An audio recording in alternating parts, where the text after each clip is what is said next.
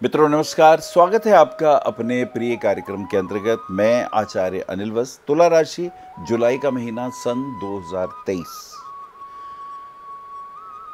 तुला राशि जिसका स्वामी शुक्र है, जो संसार के सभी वैभव देता है, ऐश्वर्य देता है, समृद्धि देता है, जीवन के सभी सुखों का, चाहे वाहन का सुख हो, चाहे प्रॉपर्टी का सुख हो, चाहे सुंदर स्त्री की प्राप्ति हो, चाहे संगीत की बात हो, चाहे फिल्म इंडस्ट्री की बात हो, आपका डिजाइनिंग का काम है, प्रिंटिंग का काम है, एडिटिंग का काम है, ज्वेलरी का काम है, आप कुछ काव्यगत लिखते हैं, कुछ डांस इत्यादि का आपका कोई कार्यक्रम है, इस सारी चीजों को, संसार के सभी प्रकार के सुखों का उपभोग का दायित्व शुक्र के पास है। शुक्र बसंत ऋतु है, शुक्र रूप है, शुक्र आकर्षण है। ऐसी तुला राशि जुलाई के महीने में क्या प्रभाव रखती है? अगर हम ध्यान से देखें तो तुला राशि पे इस वक्त केतु और गुरु और राहु की दृष्टि है। गुरु इस वक्त मेष राशि में राहु के साथ है, इसे चंडाल योग भी कहते हैं। शनि पंचम भाव में है और वो भी मूल त्रिकोण राशि में है। बुध आदित्य योग भाग्यस्थान में है, शुक्र दशम में है। लग्नेश का दशम भाव में होना सुख सुविधाओं को प्राप्त कराने का ये योग बनता है। केंद्र में दशम भाव सबसे श्रेष्ठ, आकाश के उच्चतम आयामों को छूने वाला भाव है ये। आइए देखते हैं कैसे कैसे योग है। बुध आदित्य योग नवम भाव में, यानी भाग्येश और एकादशेष की युति। भाग्य साथ देगा, आय बढ़ेगी, इनकम के स्रोत बढ़ जाएंगे, ये योग। और इसके ऊपर कोई पाप प्रभाव भी नहीं है। केतु की एक दृष्टि अवश्य है, तो केतु की दृष्टि मंगल की तरह, ऐसे शास्त्रज्ञ कहते हैं। और मंगल आपका सप्तमेश और द्वितीयेश होकर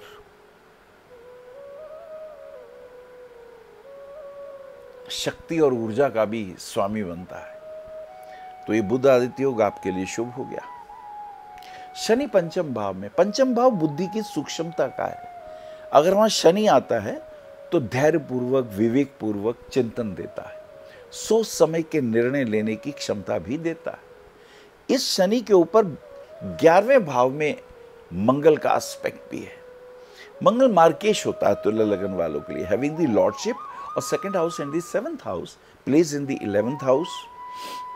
11वें घर में इनकम की तो प्राप्ति होती है, लेकिन ये रोग का भी है, कष्ट का भी है। अत्यधिक ऊर्जा से कभी कभी तेजी से गाड़ी चलाना, अचानक कहीं टक्कर होना, चोट लगना वगैरह वगैरह। मंगल चूंकि शक्ति संपन्न प्लेनेट है, सेनापति है, मंगल ये शनि को देखता है। खेल के जगत में अगर कहीं इंटरेस्ट है तो उसमें कुछ अच्छा कर सकता है, ये योग अद्भुत है। इंजीनियरिंग लाइन में आप हैं तो वहां भी आपको ये कुछ ना कुछ उपयोगिता फायदेमंद दे सकता है। गुरु जो कि तृतीयेश और षष्ठेश है, अब ये त्रिक भाव का स्वामी, छठे भाव का स्वामी 7th हाउस में है, तो ये पति पत्नी लाइफ पार्टनर के अकाउंट में डिस्टर्बेंस, बीमारी और कभी कभी मिसअंडरस्टैंडिंग ये सब देता है। तो इस महीने आपको ध्यान रखना है अपने परिवार में, पति पत्नी के संबंधों में। वो भी इसलिए because Shani is also expecting with this 3rd aspect. Shani की दृष्टि क्या करती है? सुख उपभोग में बाधा पैदा करती है। पति पत्नी के फिजिकल रिलेशन में भी ये समस्या खड़ी कर देती है। आदमी का मन ही नहीं करता पत्नी के पास जाने का, जाएंगे भी तो छोटी छोटी बातों पे विवाद हो जाता है। दैट इज वेरी इंपॉर्टेंट, तो इसका हमें ध्यान रखना है। शुक्र जो कि लगन अधिपति हैं, वो दशम भाव में, दशम भाव में चंद्रमा की राशि में, और जिस राशि में वो राशि का स्वामी चंद्रमा वृश्चिक राशि में, यानी नीचतम राशि में है अपनी। तो शुक्र का दशम भाव में होना महिला के द्वारा कोई सहयोग प्राप्त हो, जॉब के सिलसिले में प्रमोशन हो जाए, या उनके एसोसिएशन से कुछ आपको लाभ हो जाए, ये योग प्रबल है। राहु और गुरु की युति जो कि 7th हाउस में आ रही है, तो कहीं ना कहीं त्रिक भाव का स्वामी यदि पंचम भाव के साथ एसोसिएट हो जाए। अब देखिए, पंचम भाव का स्वामी शनि है और वो शनि देखता है त्रिक भाव के स्वामी, छठे भाव के स्वामी गुरु को, and Guru is placed in the 7th house. तो ये योग कोई बहुत अच्छा नहीं है। इस योग में कष्ट आ सकते हैं। अवैध संबंध, अनैतिक संबंधों से अपयश प्राप्त करने का भी योग है। Be careful. जो बात छुपी हुई हो वो प्रकट हो जाए, बदनामी हो जाती है और ऐसे में फिर परेशानियां बढ़ जाती है। इसका ध्यान रखने की बात होगी। आइए देखते कौन कौन से ग्रह मित्र हैं और कौन कौन से मित्र नहीं हैं। तो तुला लगन जब होगा तो उसका स्वामी शुक्र है। भाग्य का स्वामी आपका बुध बनेगा। बुध आपके भाग्य को बढ़ाने वाला होगा। कभी कभी होता है ना, किसी के साथ मिलके 1 और 1 11 हो जाते हैं। ये बुध 1 और 1 11 करने वाला है। बुद्धि से सही समय पे सही निर्णय लेने से और टाइमली निर्णय लेने के लिए बुध विख्यात है। और जब सूर्य के साथ आ जाए तो सूर्य तो राजा है। तो ऐसे बुध को अपने से श्रेष्ठ व्यक्ति का आश्रय प्राप्त होता है और वो सही मंत्रणा देने में आपके भाग्य को आगे बढ़ा सकता है। यह है कीमती डायलॉग आपके लिए। अच्छा, शनि चतुर्थेश और पंचमेश तो हैं, पर शनि का एस्पेक्ट अब एक तो 7th हाउस पे जा रहा है। आपके पार्टनर्स का जो हाउस है वहां शनि का एस्पेक्ट है। इनकम के घर को जा रहा है और आपके 2nd हाउस पे जा रहा है।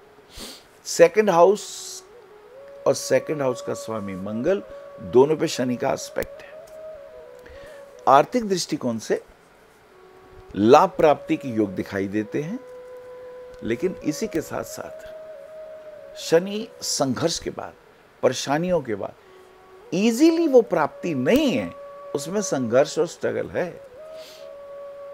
उसमें बहुत लगेगा कि ये मिल गया, पर पता चला अभी रुकावट आ गई। ये चीजें दिखाई देती हैं। अच्छा, कुछ ग्रहों के कॉम्बिनेशन देख लेते हैं। 8 जुलाई को बुध कर्क में प्रवेश करेगा। अब बुध जो आपके भाग्य का स्वामी है वो 10th भाव में आ जाएगा। और जब बुध 10th भाव में आएगा, स्वभावता त्रिकोण का स्वामी केंद्र में आएगा। तो भाग्य के कारण मेरे कर्म जो होंगे उसमें कुछ पॉजिटिव एटीट्यूड हो सकता है। और चूंकि लग्नेश भी वही है, तो मैं इच्छा करूंगा कि मुझे अपने कर्मों से मेरे भाग्य में बढ़ोतरी हो। तो ये योग आपका बना हुआ है। ये योग 8 जुलाई से प्राप्त हो जाएगा। अच्छा, 16 जुलाई को सूर्य भी कर्क में आ रहे हैं। और सूर्य जो आय के स्वामी थे वो भी 10th भाव में आएंगे। 10th भाव को सूर्य को स्थान बल भी प्राप्त है। तो बॉस का भी पॉजिटिव एटीट्यूड आपको मिलेगा। प्रमोशन के लिए, आगे कोई नई जॉब के लिए, नए एडवेंचर कोई आपको लेने हो, तो उसके लिए ये अच्छा योग बनेगा। 23 जुलाई को शुक्र वक्री हो जाएंगे। Now this is the turning point.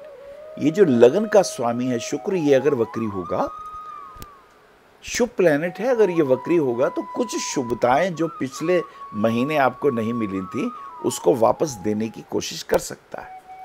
लेकिन आपके अनैतिक संबंधों में अपयश भी दे सकता है। इसका हमें ध्यान रखना होगा। पति पत्नी के संबंधों में पता चला कोई तीसरा इन्वॉल्व है और उस तीसरे के कारण अपनी गृहस्थी में आंच आ जाती है, अब बदनामी होती है, नौकरी तक छोड़नी पड़ जाती है। सो बी केयरफुल। 24 जुलाई को बुध सिंह राशि में प्रवेश करेंगे। अब भाग्येश आय के स्थान पे आएगा, तो अच्छी बात है, आय की प्राप्ति के योग बनेंगे।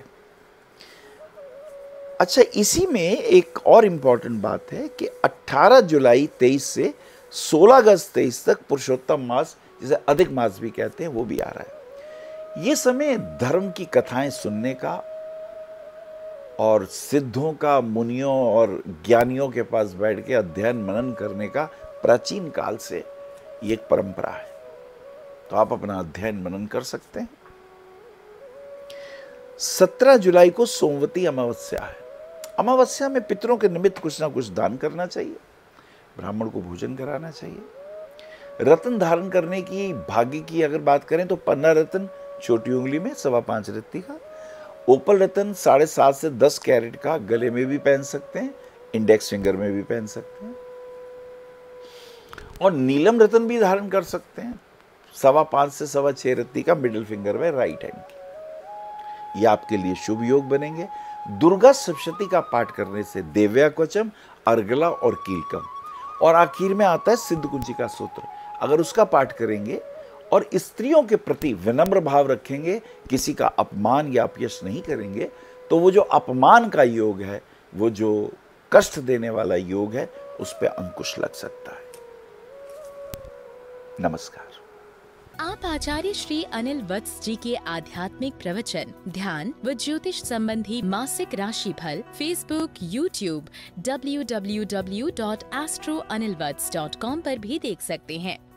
For appointment Bhavishya Kathan Monday to Saturday 11 AM to 6 PM, BE 279, street number 6, Harinagar, New Delhi 110064। Phone number 9891739999, 98181 89993, 98108870002, 88600063030। Website www.bhavishyakathan.com, Acharya Anil Vats @gmail.com।